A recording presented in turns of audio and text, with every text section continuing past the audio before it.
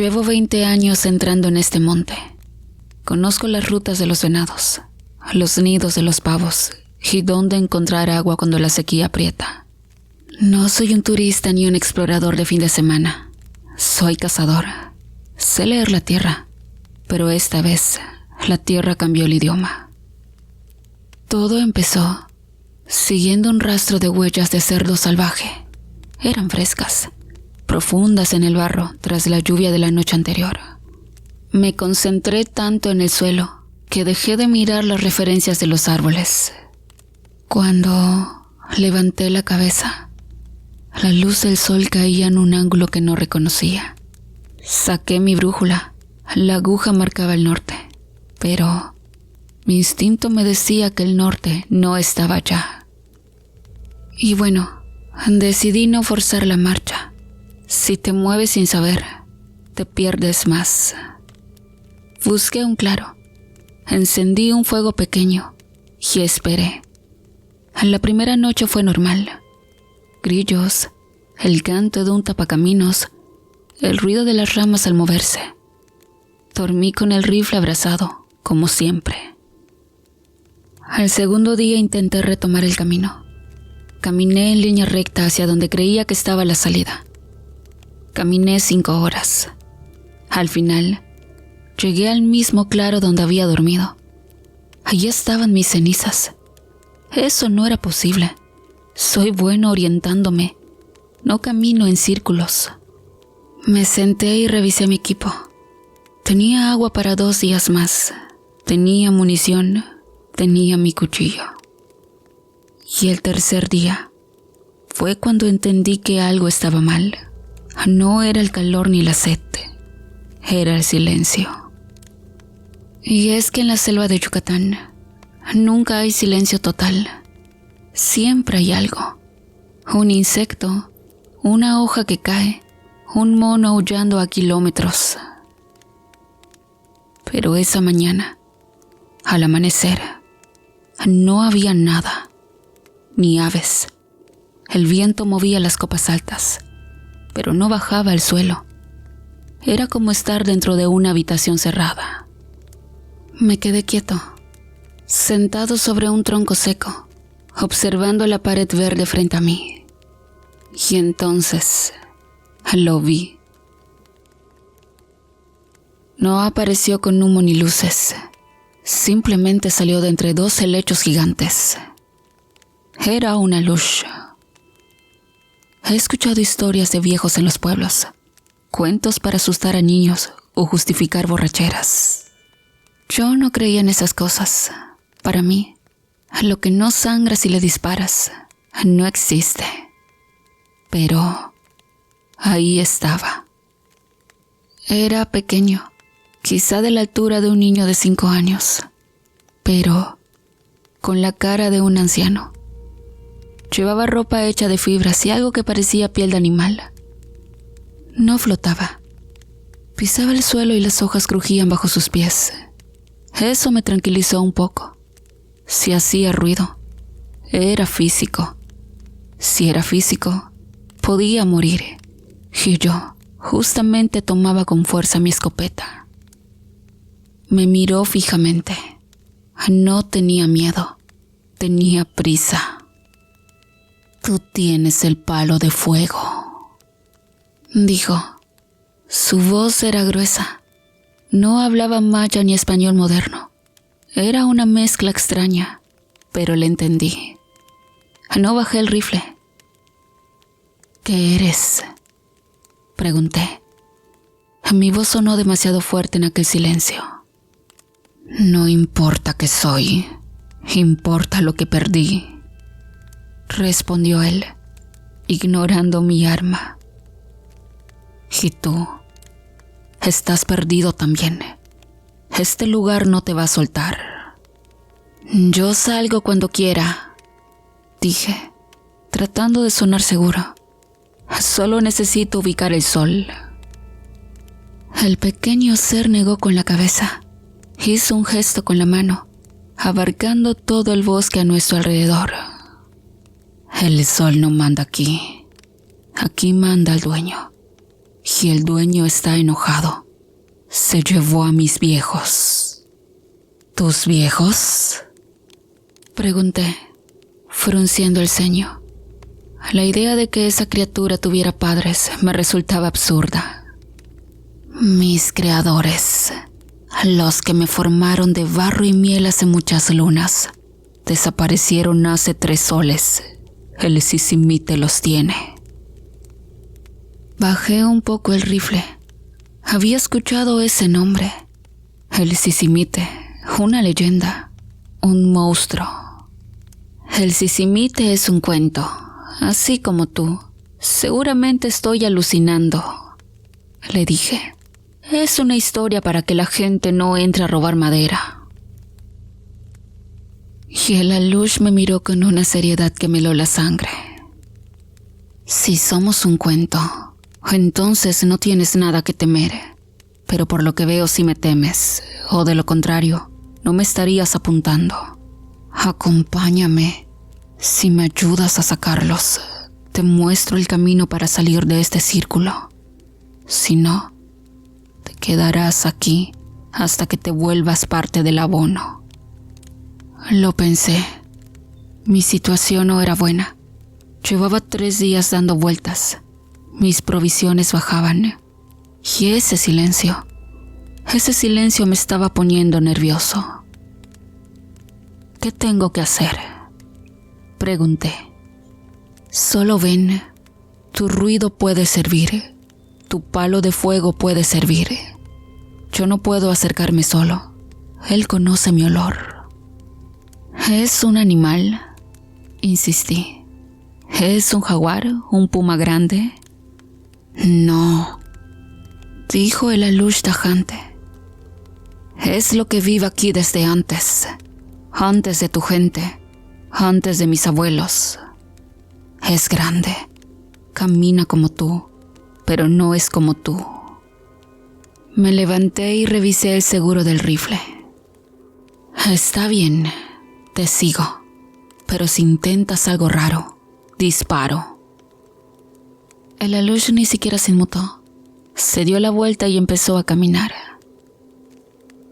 Caminamos durante horas. El terreno se volvía cada vez más difícil. No era selva virgen. Era selva vieja, antigua, llena de raíces que salían de la tierra como trampas. El Alush se movía rápido, esquivando espinas y huecos. Yo tenía que usar el machete a veces, pero él me chistaba para que guardara silencio. «No cortes», me susurró. «Le molesta que corten». «Tengo que pasar», repliqué en voz baja. «Pasa por abajo o por arriba, no rompas». Empecé a notar las señales. Primero fueron las ramas. Vi una rama de zapote, gruesa como mi brazo, doblada por completo hacia abajo, pero no estaba rota. Estaba torcida. Para hacer eso se necesita una fuerza descomunal. A ningún humano podría hacerlo sin herramientas. A ningún animal se tomaría la molestia de doblar una rama así sin romperla. ¿Quién hizo esto?, pregunté, señalando la rama. Él marca su casa, dijo la luz sin detenerse. Más adelante encontré piedras. Eran rocas calizas, de esas que pesan 50 o 60 kilos. Estaban apiladas, formando una especie de barrera baja. No era natural. ¿Esto es una trampa?, pregunté, y me detuve a examinar el suelo. No, es una prueba. Estamos entrando. ¿Entrando? ¿A dónde? A su zona de caza. Miré el suelo con atención. Había huellas. Eran grandes, mucho más grandes que mi bota. Pero había algo raro. Están al revés, murmuré. ¿Qué dices?, preguntó el Alush, deteniéndose por primera vez. Las huellas. Los dedos apuntan hacia allá, hacia donde venimos, pero el talón está hundido hacia adelante. Quien hizo esto camina hacia el frente, pero sus pies miran hacia atrás. Y el Alush asintió. Así camina el Sisimite, para que los tontos lo sigan al revés, para que crean que se va, cuando en realidad viene. Sentí un escalofrío. Esa no era una característica de un animal. Eso era astucia, era inteligencia. ¿Y estamos siguiendo el rastro correcto?, pregunté, dudando de mis propias habilidades. Yo no sigo huellas, dijo el Alush. Yo sigo el miedo. El monte tiene miedo aquí. ¿No lo sientes? Tenía razón. El silencio aquí era diferente. No era solo la falta de ruido. Era una presión. Mis oídos zumbaban. El aire se sentía estancado, difícil de meter en los pulmones. ¿Por qué se los llevó?, pregunté, para romper la tensión. A tus padres. Se acercaron al agua sagrada, el cenote oculto. Él cuida el agua. Creyó que iban a ensuciarla. ¿Y tú? ¿Qué vas a hacer? No pareces un guerrero. Yo soy un guardián también, pero de la milpa. Él es guardián de la sombra. Mis trucos no funcionan con él. Él ve más allá de lo que yo veo. Por eso te necesito. Tú eres bruto. Tú eres real. Gracias por el cumplido, dije con sarcasmo. Seguimos avanzando. El terreno comenzó a descender. La vegetación se volvió más oscura, con hojas enormes que tapaban casi toda la luz. Llegamos a una zona rocosa. Había una entrada a una caverna, una boca negra en la tierra. El Alush se detuvo en seco y se escondió detrás de una roca. Me hizo señas para que hiciera lo mismo. ¡Ay!, susurró. Miré hacia la entrada de la cueva. A unos 10 metros de la boca oscura, había 2 figuras pequeñas sentadas en el suelo. Eran como el Alush que me guiaba, pero parecían más viejos, con la piel como corteza de árbol. Estaban abrazados, no estaban atados, pero no se movían. ¿Por qué no huyen?, pregunté muy bajo. No veo a nadie vigilando. No pueden. Él trazó una línea. Si la cruzan, mueren. ¿Una línea mágica?, pregunté, escéptico. Una línea dolor, una línea de miedo. Si se mueven, él lo sabe. ¿Y dónde está él? Cerca, muy cerca. Me acomodé el rifle en el hombro, quité el seguro, miré a través de la mira. No veía nada más que rocas y sombras. Voy a bajar, dije. Voy a sacarlos. Tú quédate aquí y vigila. No, dijo el Alush, agarrándome la bota. Espera. No voy a esperar a que oscurezca. Si ese animal es nocturno, tenemos ventaja ahora. Me solté de su agarre y empecé a bajar con cuidado, pisando sobre las piedras para no hacer ruido. Mi corazón latía fuerte. Cada paso me parecía un estruendo. Llegué hasta los padres de la Alush. Me miraron con ojos grandes, llenos de terror. No hablaron, solo temblaban. Vámonos, les dije. Rápido. Intenté levantarlos, pero estaban rígidos. Estaban paralizados por el pánico. Tienen que moverse, insistí. Y entonces El olor me golpeó.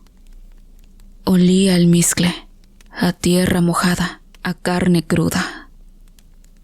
Me giré lentamente hacia la entrada de la cueva y ahí estaba el sisimite. Me miró sin hacer nada. Esperaba que corriera hacia mí o me lanzara algún rugido, pero simplemente había aparecido ahí, llenando el espacio. Era enorme, mucho más alto que yo. Su cuerpo era ancho, cubierto de un pelaje oscuro y tupido, apelmazado con barro seco y hojas. Sus brazos eran largos, bajando más allá de sus rodillas. No tenía cuello, la cabeza estaba hundida entre los hombros. Pero lo peor era su cara. No era un hocico de animal, era una cara casi humana, pero distorsionada. Ojos hundidos, oscuros, inteligentes, y nos miraba. Levanté el rifle inmediatamente. Apunté a su pecho. A esa distancia no podía fallar. El calibre era suficiente para tumbar un toro. La criatura no se movió. Solo respiraba. Su respiración era un sonido rasposo que hacía vibrar el aire entre nosotros. «¡Atrás!», grité. Mi voz sonó aguda, ridícula ante esa masa de músculos. El sisimite dio un paso, solo uno, y el suelo retumbó levemente. Mi dedo se tensó en el gatillo. «¡No!», gritó el alush desde arriba. «¡No dispares! ¡Me va a matar!», grité, sin dejar de apuntar. «Si disparas no sales», chilló el alush. «Él no está atacando, solo está ahí». Dudé. El cazador en mí gritaba que disparara. Era una presa, era una amenaza. Pero la parte racional, la que había visto las ramas dobladas y las huellas invertidas, me decía que esa cosa no era un animal normal. Si le disparaba y no lo mataba en el acto, me destrozaría en segundos, y aunque lo matara, ¿qué pasaría después? ¿Saldría yo de este laberinto? El sisimite me miró a los ojos. No había furia en su mirada. Había una calma absoluta, una autoridad total. Él era el dueño de la casa, y yo el intruso con un juguete de metal. «Baja el palo», dijo el alush, que había bajado corriendo, y se puso entre la bestia y yo. «Bájalo». «Está a 3 metros», dije, sudando frío. «Él solo defiende el límite. Nosotros cruzamos. Hay que retroceder, despacio, sin retarlo». El sisimite exhaló con fuerza por la nariz, y el aire caliente llegó hasta mí. Lentamente, muy lentamente, bajé el cañón del rifle. No lo puse en el suelo, pero dejé de apuntarle al pecho. Apunté al suelo, a sus pies extraños, con los talones hacia adelante. El silencio volvió a ser absoluto. Nadie se movía. El sisimite giró la cabeza levemente hacia los padres del alush. Hizo un sonido gutural, bajo, casi imperceptible. Los 2 seres pequeños se levantaron de inmediato. El miedo seguía ahí, pero la parálisis había roto. «Atrás», dijo el alush. «Caminemos hacia atrás. No le des la espalda». Y empezamos a retroceder, paso a paso, subiendo la pendiente rocosa. Yo no le quitaba la vista de encima al gigante, y él no parpadeaba. Cuando estuvimos a unos 20 metros, el sisimite se movió. Levanté el arma de nuevo por el reflejo. Pero él no vino hacia nosotros. Se giró hacia un árbol de caoba que estaba junto a la entrada de la cueva. levantó un brazo y, con un movimiento seco, sin aparente esfuerzo, golpeó el tronco con el puño cerrado. El sonido fue como un disparo. La madera crujió y se partió. Una grieta enorme apareció en la corteza. No fue un ataque, fue una firma, fue un punto final. «Vámonos», dijo el Alush, jalándome del pantalón. Ya nos dejó ir. Corrimos, no miramos atrás. Subimos por la ladera. Cruzamos la zona de las piedras y nos metimos en la vegetación cerrada. Corrimos hasta que los pulmones me ardían y las piernas me temblaban. Cuando finalmente nos detuvimos, estábamos lejos. El silencio absoluto había desaparecido. Escuché un grillo, luego otro, y a lo lejos, el sonido de un pájaro carpintero. Nunca me había alegrado tanto de escuchar ese ruido. Y bien, el Alush se reunió con sus padres.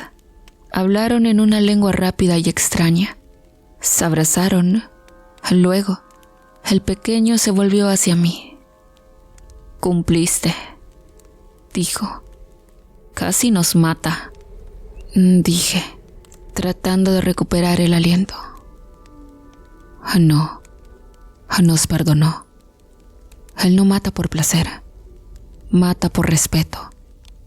Tú bajaste el arma, mostraste respeto, por eso sigues respirando. «Bueno, ¿y cómo salgo de aquí?», pregunté.